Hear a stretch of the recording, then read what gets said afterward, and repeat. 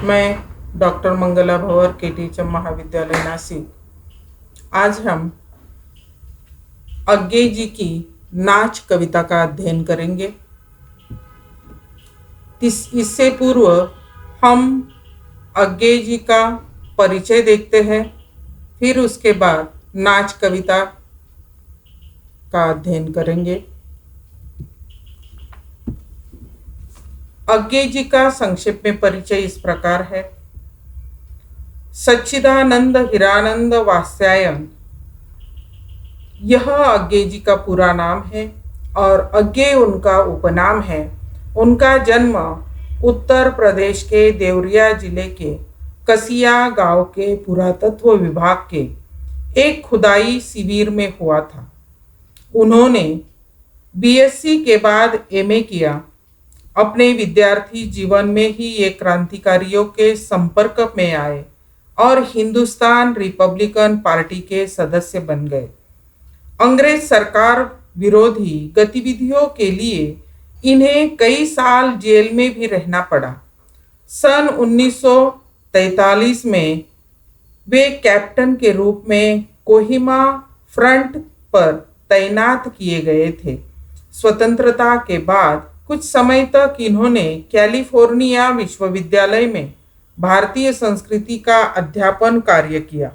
इन्होंने विशाल भारत, दिनमान, नया प्रतीक, थाट तथा नवभारत टाइम्स का संपादन कार्य भी कुछ वर्षों तक किया। आंगन के पार द्वार पर इन्हें साहित्य अकादमी का पुरस्कार मिला तथा कितनी नावों में कितनी बार पर इन्हें भारतीय ज्ञानपीठ का पुरस्कार मिला है। ये समर्थ कवि, कुशल उपन्यासकार, कहानी लेखक तथा निबंधकार है। हिंदी की छायावादोत्तर कविता के प्रमुख हस्ताक्षरों में से एक अज्ञे जी प्रयोगवाद तथा नई कविता के प्रवर्तक माने जाते हैं। इन्होंने क्रमशः तार सप्तक, दूसरा सप्तक, तीसरा सप्तक, चौथा सप्तक का संपादन किया है। उनकी साहित्य कृतियां इस प्रकार है। उन्होंने उपन्यास, कहानी संग्रह, कविता संग्रह, यात्रा वृत्तांत, निबंध संग्रह, संस्मरण, डायरी, विचार गद्य, नाटक आदि विभिन्न विधाओं पर अपनी कलम चलाई है। वो विधाएं इस प्रकार है। उपन्यास उन्होंने जो लिखे हैं वो इस प्रकार है। शेखर एक जीवनी, नदी के द्वीप, अपने अपने अजनबी, ये 3 उपन्यास है महत्वपूर्ण उनके। कहानी संग्रह है विपथगा परंपरा, कोठरी की बात, शरणार्थी, जयदोल, ये उनके कहानी संग्रह है। ज्यादातर उन्होंने कविता संग्रह लिखे हैं। वो कविता संग्रह इस प्रकार है। भग्रदूत, चिंता, इत्यलम, हरी घास पर क्षण भर, बावरा अहेरी, इंद्रधनुष्य रोंदे हुए, अरी ओ करुणा प्रभामय, आंगन के पार द्वार, कितनी नावों में कितनी बार, क्योंकि मैं उसे जानता हूँ, सागर मुद्रा, पहले मैं सन्नाटा बुनता हूँ, महावृक्ष के नीचे, नदी की बाग पर छाया, prison days and other poems आदि अंग्रेजी में भी उन्होंने ये काव्य लिखा है। तो इस प्रकार उनके काव्य संग्रह है। यात्रा वृत्तांत इस प्रकार है। अरे यायावर रहेगा याद, एक बूंद सहसा उछली। निबंध संग्रह इस प्रकार है। सबरंग त्रिशंकु, आत्मनेपद, आधुनिक साहित्य, एक आधुनिक परिदृश्य, आल वाल। संस्मरण है स्मृति लेखा। डायरी है भवंती, अंतरा और शाश्वती। विचार गद्य है संवत्सर। नाटक है उत्तर प्रियदर्शनी। इस प्रकार अज्ञे जी का व्यक्तित्व और कृतित्व संक्षेप में था। अब हम जाते हैं उनकी कविता नाच की ओर। उनकी नाच कविता को हम पहले पढ़ लेते हैं, फिर उसके बाद उसकी व्याख्या करेंगे। तो देखिए, नाच कविता इस प्रकार है। एक तनी हुई रस्सी है जिस पर मैं नाचता हूँ। जिस तनी हुई रस्सी पर मैं नाचता हूँ वह दो खंभों के बीच है। रस्सी पर मैं जो नाचता हूँ वह एक खंबे से दूसरे खंबे तक का नाच है। दो खंभों के बीच जिस तनी हुई रस्सी पर मैं नाचता हूँ उस पर तीखी रोशनी पड़ती है जिसमें लोग मेरा नाच देखते हैं। न मुझे देखते हैं जो नाचता है, न रस्सी को जिस पर मैं नाचता हूँ, न खंभों को जिस पर रस्सी तनी है, न रोशनी को ही जिसमें नाच दिखता है। लोग सिर्फ नाच देखते हैं, पर मैं जो नाचता, जो जिस रस्सी पर नाचता हूँ, जो जिन खंभों के बीच है, जिस पर जो रोशनी पड़ती है, उस रोशनी में, उन खंभों के बीच उस रस्सी पर असल में मैं नाचता नहीं हूँ। मैं केवल उस खंभों से इस खंबे तक दौड़ता हूँ कि इस या उस खंबे से रस्सी खोल दूँ कि तनाव चुके और ढील में मुझे छुट्टी हो जाए, पर तनाव ढीलता नहीं और मैं इस खंबे से उस खंबे तक दौड़ता हूँ, पर तनाव वैसा ही बना रहता है। सब कुछ वैसा ही बना रहता है और वही मेरा नाच है जिसे सब देखते हैं। मुझे नहीं, रस्सी को नहीं, खंबे नहीं, रोशनी नहीं, तनाव भी नहीं, देखते हैं नाच। इस प्रकार अज्ञे जी की वो गद्य में लिखी हुई ये कविता है। पढ़ते समय तो बहुत आसान लगती है, लेकिन उसके पीछे बहुत ही गहरा अर्थ छिपा हुआ है। उसे हम अब देखते हैं। तो देखिए, अज्ञे जी की ये कविता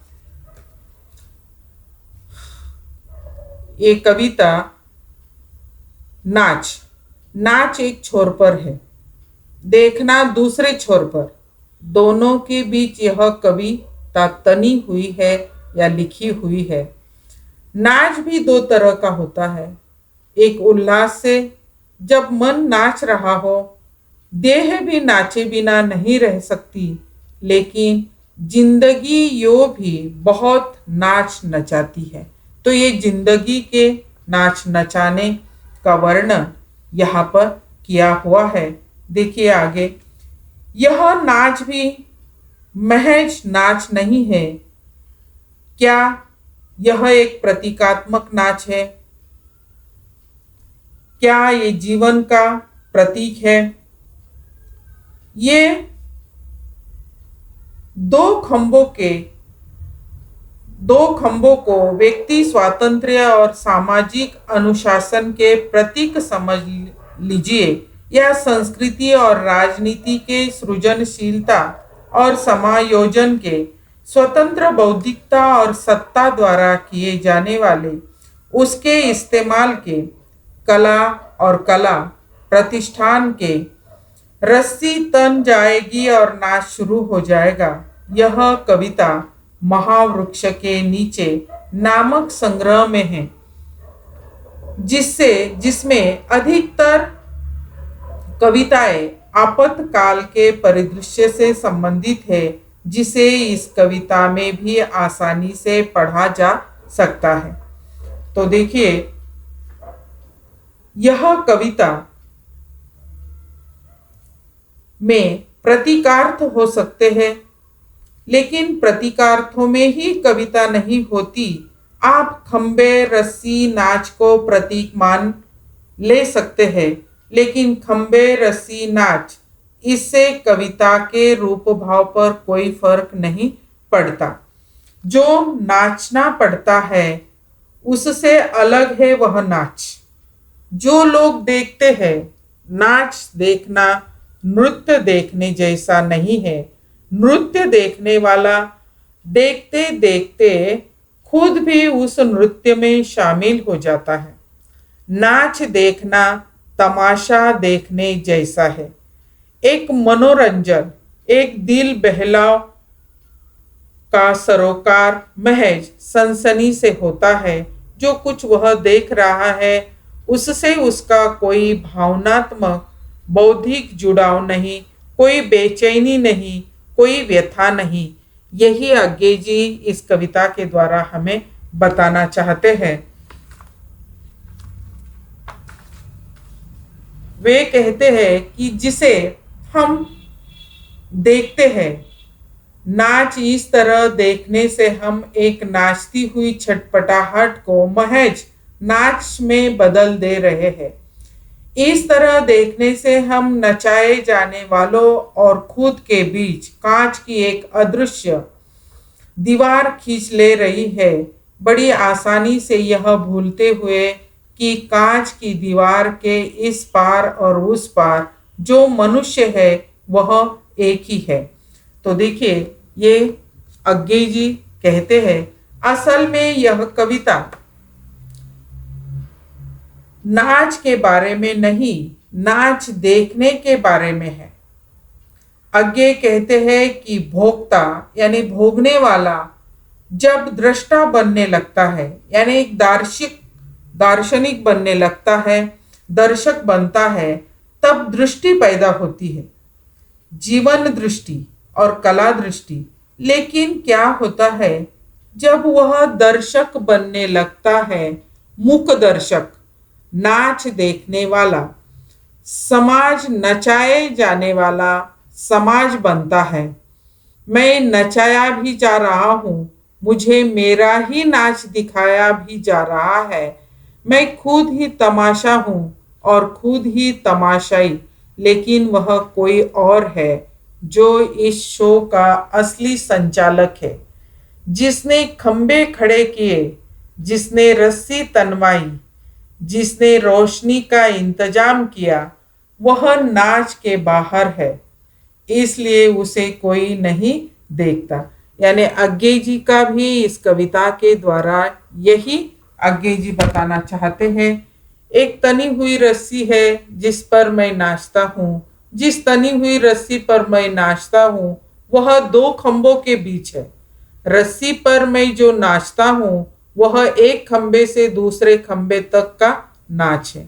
दो खंभों के बीच जिस तनी हुई रस्सी पर मैं नाचता हूँ उस पर तीखी रोशनी पड़ती है, जिसमें लोग मेरा नाच देखते हैं, न मुझे देखते हैं जो नाचता है। न रस्सी को जिस पर मैं नाचता हूँ, न खंभों को देखते हैं जिस पर रस्सी तनी है, न रोशनी को देखते हैं कि जिसमें नाच दिखता है। लोग सिर्फ नाच देखते हैं। लोग क्या करते हैं? सिर्फ नाच देखते हैं। यही आज्ञे जी कहते हैं। आज्ञे की जानी पहचानी तत्सम शब्दावली से मुक्त एक चुस्त शिल्प में ढली हुई एक कविता, जिसमें रस्सी पर चलकर दर्शकों को रोमांचित करने वाले नट की यह विडंबना दर्ज हुई है कि लोग उसी रस्सी, खंभों, रोशनी और तनाव को ही नहीं बल्कि सिर्फ उसके नाच को देखते हैं, अर्थात अंतर क्रिया की पीड़ा को नहीं।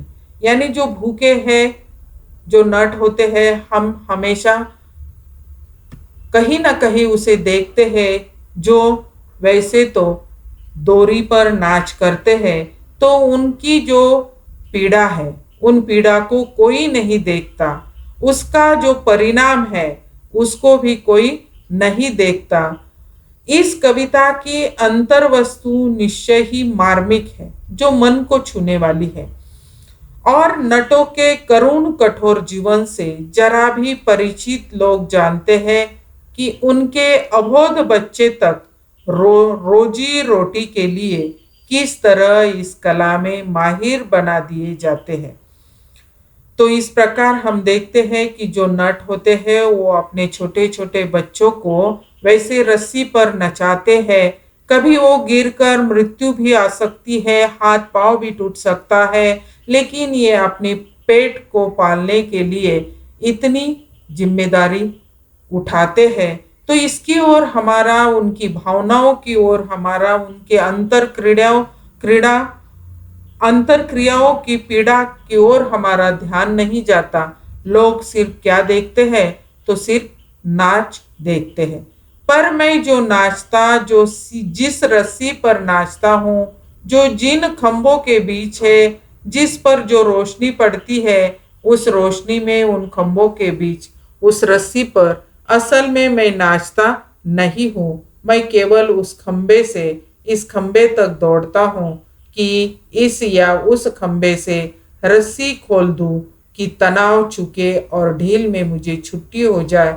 पर तनाव ढीलता नहीं और मैं इस खंभे से उस खंभे तक दौड़ता हूँ, पर तनाव वैसा ही बना रहता है, सब कुछ वैसा ही बना रहता है। और वही मेरा नाच है जिसे सब देखते हैं। ना मुझे देखते हैं, ना रस्सी को देखते हैं, ना खंभों को देखते हैं, ना रोशनी को देखते हैं, तनाव भी नहीं देखते, सिर्फ मेरा नाच देखते हैं। तो इस प्रकार ये नट जो लोग होते हैं, उन नट लोगों की वेदना, उनकी पीड़ा को यहाँ पर अज्ञे जी ने, वैसे तो अज्ञे जी ने उस पीड़ा को अपने लेखनी के द्वारा स्पष्ट किया है।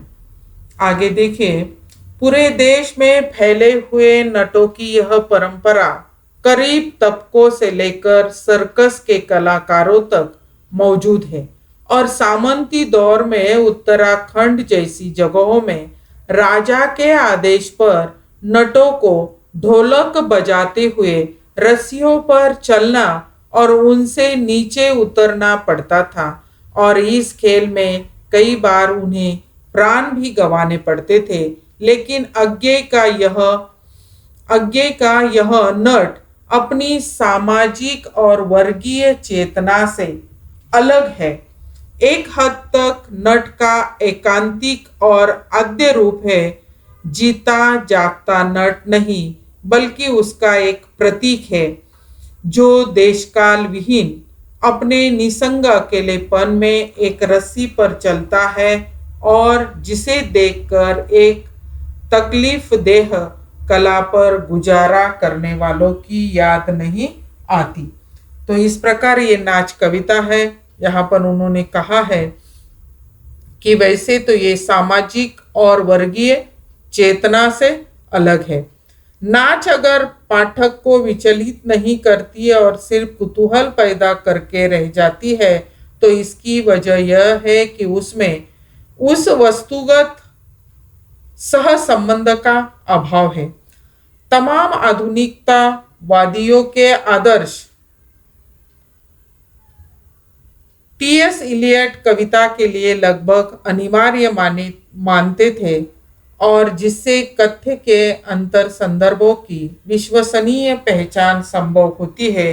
कविता यह बताने से चूक जाती है कि नट आखिर क्यों गांठ खोलकर रस्सी के तनाव में ढील देना चाहता है और दर्शक क्यों रस्सी, गांठ, तनाव, रोशनी और खंबे की अनदेखी करते हैं। यथार्थ में नटों के करतब देखने वाले दर्शक ऐसा नहीं करते। दो खंबे यानी सामाजिक अनुशासन के प्रतीक माने जाते हैं। तो इस प्रकार ये नाच कविता थी। धन्यवाद।